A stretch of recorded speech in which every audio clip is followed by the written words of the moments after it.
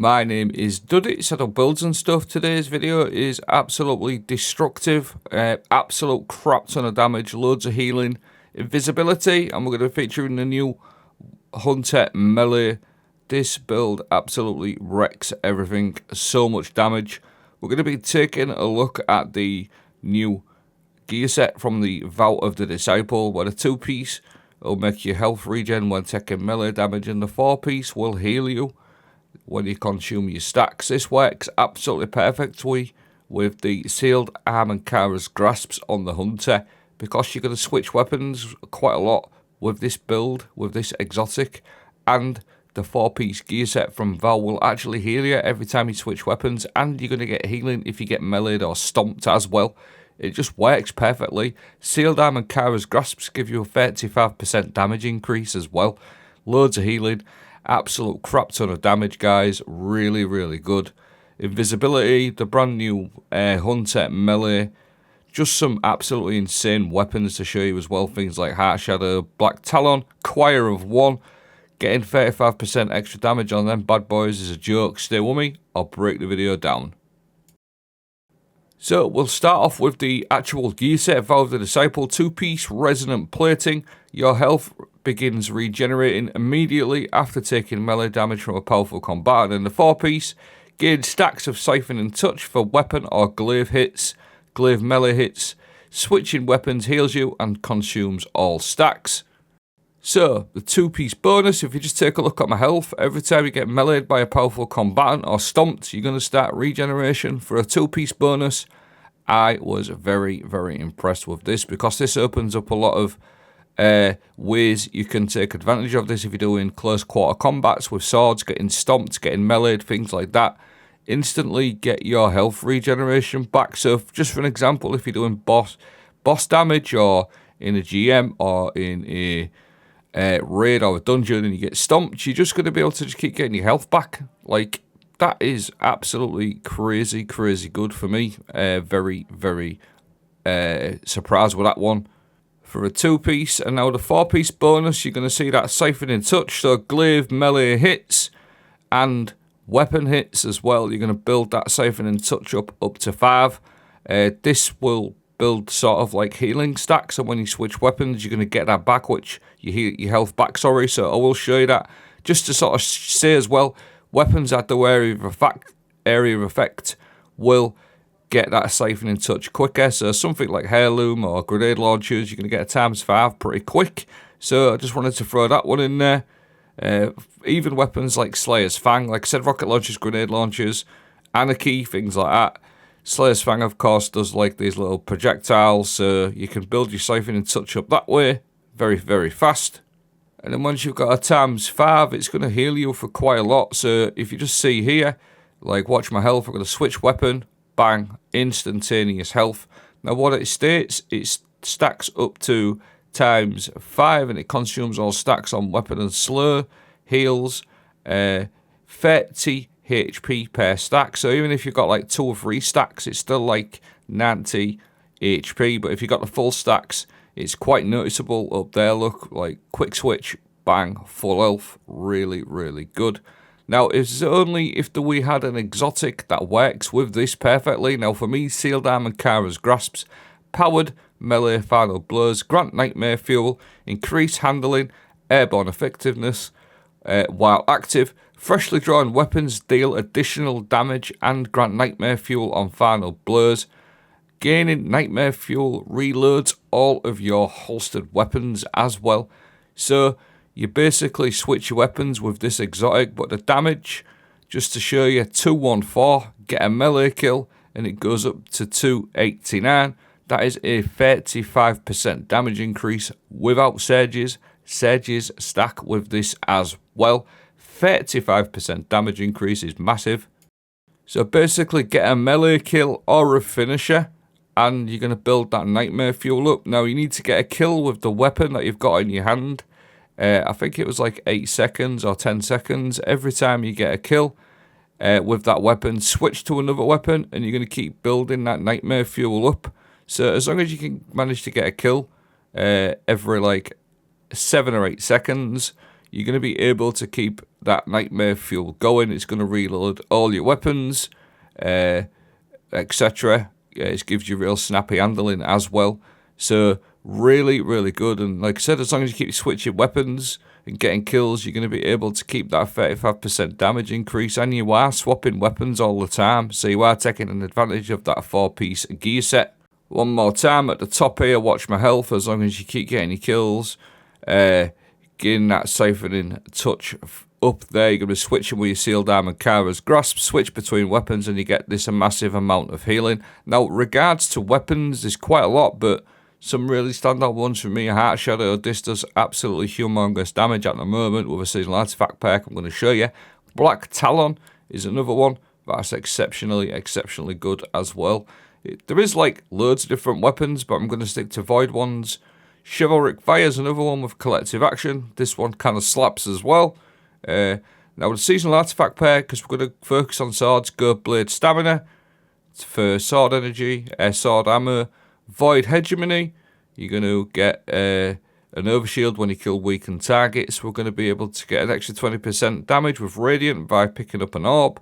We'll also be taking advantage of Shield Crush.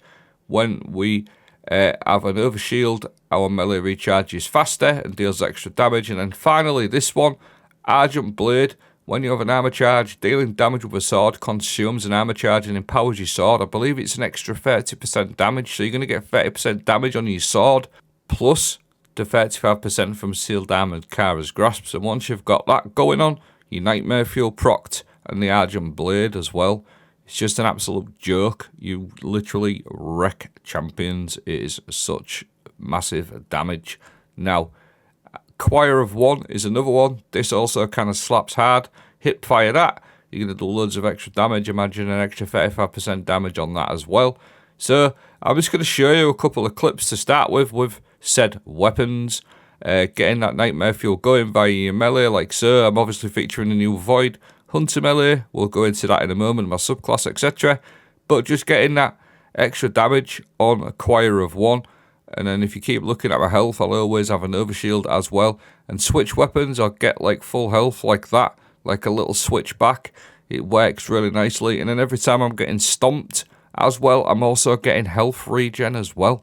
So very easy to build your siphon and touch up with things like Choir of One. And then again, look at my health here. I'm going to get my health back from my sword switch. Look at that, bang, straight back up. So it works pretty nicely with the gear set. Sealed Armor Kara's Grasp and the 4-piece VOW is just like a perfect combination for me. And like I said, now the amount of damage that you can do, if you just take a look at some of these enemies here, they just get absolutely wrecked. I'm also running a Void subclass, which I said we'll go into. I've got a Stylish Executioner, creating Void Breaches. I'm going to have overshields, healing, coming in and out of invisibility on top of that for that extra survivability. And it's just a perfect combination. For me, the Nightmare Fuel is pretty easy to keep up. If you're in ad-dense situations, you very easily be able to keep that going. All you need to do is get a finisher, guys. Get a kill with your equipped weapon. When you've got a kill with that equipped weapon, switch, and you can just keep that going all the time. The 3 cycles between your heavy primary and your secondary. Now, Void Hunter, on the prowl I decided to choose. It periodically marks combatants as a priority target for your team. Entering invisibility marks a target. Defeating that does a weakening cloud. And then when priority targets are defeated, you get increased reload speed and stability and granted grenade and melee class ability. So it's a really good one on the prowl. And it pairs nicely with Stylish Executioner as well. Defeating weakened, suppressed or volatile targets grants invisibility. So you're going to get like invisibility from all the Void debuffs as well from Void weapons. So like destabilizing rounds, stuff like volatile round suppression, you're going to go invis with this and the weakening, etc. Phantom Surge, I ain't actually used this. I was quite impressed with it. It can be a little bit whiffy, but first time I've used this Void melee on the Hunter and it feels really good. So you do extra damage to Void targets, Void debuff targets, and you get an overshield and do extra damage when you've got an overshield. So that fits the build perfectly, especially with your on the prowl. So that works pretty nicely. Phantom Surge on the prowl. Just like a perfect combination anyway for me. Like I said, you're going to get Void Overshields, and it refunds melee, and you get extra damage against debuff targets. Now, I like to run Echo of Undermining to make my Void Grenades weaken for an extra 15% damage on top of everything else you've seen. Echo of Obscurity, because we are going to be doing finishers, we may as well go invisibility, go invisible when we get finishers. Echo of Persistence to make our invisibility, Overshield and Devour have an increased duration. Echo of Exchange, melee, final blows, grant grenade energy. To me, that's a no-brainer. We're going to get plenty of melee kills. And then Echo of Harvest, defeat weaker targets, creates an orb of power, and avoid breach. So we could keep our Surges going and the armor charges for that Argent Sword mod on the seasonal artifact pack. Stats, I went as much melee and weapon stat as possible. Everything else I just sort of like didn't bother with, because I'm running Tether anyway, so I wasn't too bothered about my super. But melee, weapon stats, that's what you want to be focusing on for this build, in my opinion. Now, mods, I just run a couple of heavy ammo finders and a couple of void surges, etc. But I'm going to leave them out so you can copy them if you wish. I'll also leave a dim link at the end of the video. So I'm going to show you a few more clips now of just how much damage you can do with like a void sword. Obviously, specifically, I'm running Heart Shadow, but you can actually run Chivalric Fire, Choir of One as well. But Heart Shadow just seems to work really nicely with this. You've got free invisibility basically, and once you've got the Argent Sword going with the 35% and all that healing from switching your weapons, it just works perfectly, guys. Really, really good. And you know, some of these enemies in here, they can actually be pretty tanky at times, especially the Wyverns, which you'll see in a moment.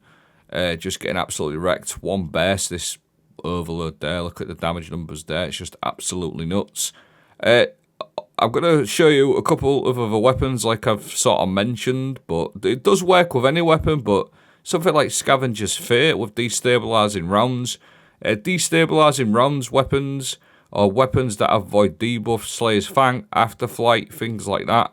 They work perfectly for your Stylish Executioner, so you can actually pop out in and out of visibility with them destabilizing rounds. Control Burst.